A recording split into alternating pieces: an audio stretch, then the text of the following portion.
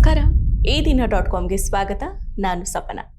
ಅಮೆರಿಕಾದ ಇತಿಹಾಸ ಕಂಡ ಇಬ್ಬರು ಅತ್ಯಂತ ವಿಕೃತ ಮನಸ್ಥಿತಿಯ ಕಾಮುಕರು ಪರಸ್ಪರ ಮುಖತಃ ಭೇಟಿಯಾಗದೇ ಇದ್ರು ಜೈಲಿನ ಗೋಡೆಗಳ ನಡುವೆ ಮನಸ್ಸನ್ನ ಹಂಚಿಕೊಂಡಿದ್ರ.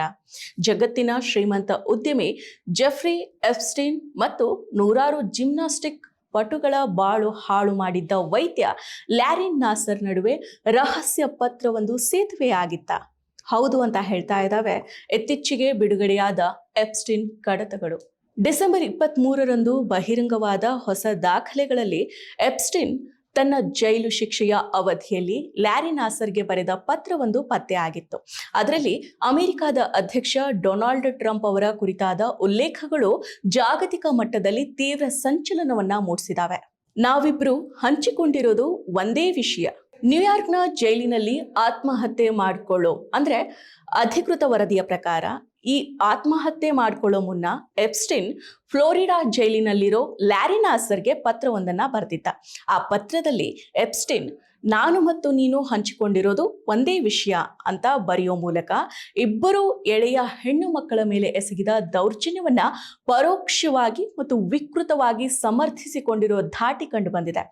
ಒಬ್ಬ ಹಣದ ಬಲದಿಂದ ಬಾಲಕಿಯರನ್ನ ಕೊಂಡುಕೊಂಡ್ರೆ ಮತ್ತೊಬ್ಬ ವೈದ್ಯಕೀಯ ನೆಪದಲ್ಲಿ ದೌರ್ಜನ್ಯವನ್ನ ಎಸಗಿದ್ದ.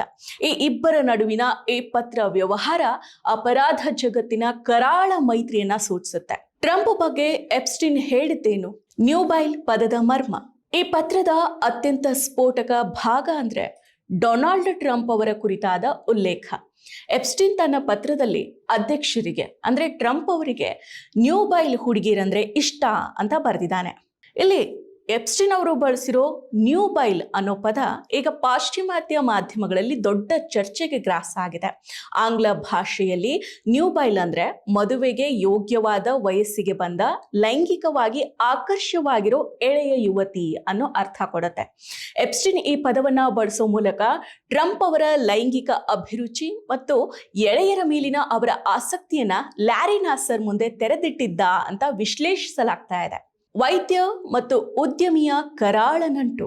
ಲ್ಯಾರಿ ನಾಸರ್ ಅಮೆರಿಕದ ಒಲಿಂಪಿಕ್ ಜಿಮ್ನಾಸ್ಟಿಕ್ಸ್ ತಂಡದ ವೈದ್ಯನಾಗಿ 260ಕ್ಕೂ ಹೆಚ್ಚು ಕ್ರೀಡಾಪಟುಗಳ ಮೇಲೆ ಲೈಂಗಿಕ ದೌರ್ಜನ್ಯವನ್ನ ಎಸಗಿ 175 ವರ್ಷಗಳ ಜೈಲು ಶಿಕ್ಷೆಯನ್ನ ಅನುಭವಿಸ್ತಾ ಇದ್ದಾನೆ.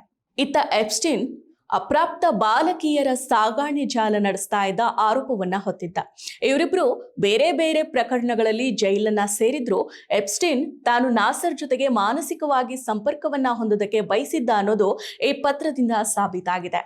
ಎಪ್ಸ್ಟೀನ್ ತಾನು ಎಸಗಿದ ಕೃತ್ಯಗಳನ್ನ ನಾಸರ್ನ ಕೃತ್ಯಗಳ ಜೊತೆಗೆ ಹೋಲಿಸ್ಕೊಳ್ತಾ ತಾವಿಬ್ರು ಸಮಾಜದಿಂದ ತಪ್ಪಾಗಿ ಅರ್ಥೈಸಲ್ಪಟ್ಟವರು ಅನ್ನೋ ಧಾಟಿಯಲ್ಲಿ ಬರೆದಿರೋದು ಆತನ ವಿಕೃತ ಮನಸ್ಥಿತಿಗೆ ಕನ್ನಡಿಯನ್ನ ಹಿಡಿದಿದೆ. 2025ರ ರಾಜಕೀಯ ಬಿರುಗಾಳಿ.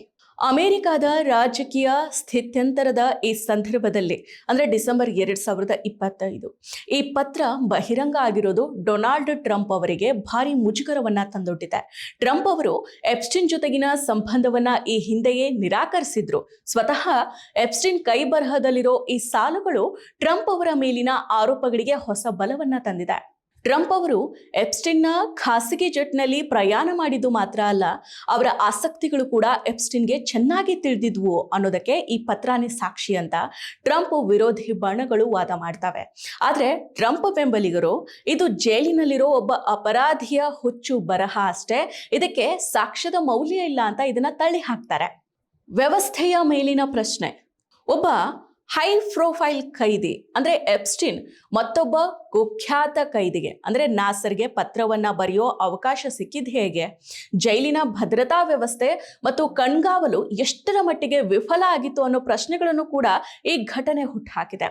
ಒಟ್ಟಾರೆಯಾಗಿ ಹೇಳಬೇಕು ಅಂದ್ರೆ ಎಪ್ಸ್ಟೀನ್ ಸತ್ತು ಹೋಗಿದ್ರು, ಆತ ಬಿಟ್ಟು ಹೋದ ಕರಾಳ ಹೆಜ್ಜೆ ಗುರುತುಗಳು ಮತ್ತು ಆತ ಬರೆದಿಟ್ಟ ಅಕ್ಷರಗಳು ಈಗಲೂ ಕೂಡ ಜೀವಂತ ಆಗಿದ್ದು ಅಮೆರಿಕದ ಪ್ರಭಾವಿಗಳನ್ನ ಬೆಂಬಿಡದೆ ಕಾಡ್ತಾ ಇದೆ. ಲ್ಯಾರಿ ನಾಸರ್ ಮತ್ತು ಎಪ್ಸ್ಟೀನ್ ಅನ್ನೋ ಈ ಎರಡು ಹೆಸರುಗಳು ಒಂದೇ ವಾಕ್ಯದಲ್ಲಿ ತಳುಕು ಹಾಕೊಂಡಿರೋದು ನಾಗರಿಕ ಸಮಾಜದ ಪಾಲಿಗೆ ಅರಗಿಸಿಕೊಳ್ಳೋದಕ್ಕೆ ಆಗದೆ ಇರೋ ಸತ್ಯ ಆಗಿದೆ. ಮತ್ತಷ್ಟು ವಿಶೇಷ ವಿಡಿಯೋಗಳನ್ನು ನೋಡಲು ಮತ್ತು ಹೊಸ ವಿಡಿಯೋಗಳ ಬಗ್ಗೆ ತಿಳಿಯಲು ಈ ದಿನ.com ಯೂಟ್ಯೂಬ್ ಚಾನೆಲ್ ಸಬ್ಸ್ಕ್ರೈಬ್ ಮಾಡಿ ಮತ್ತು ಬೆಲ್ ಐಕಾನ್ ಕ್ಲಿಕ್ ಮಾಡಿ.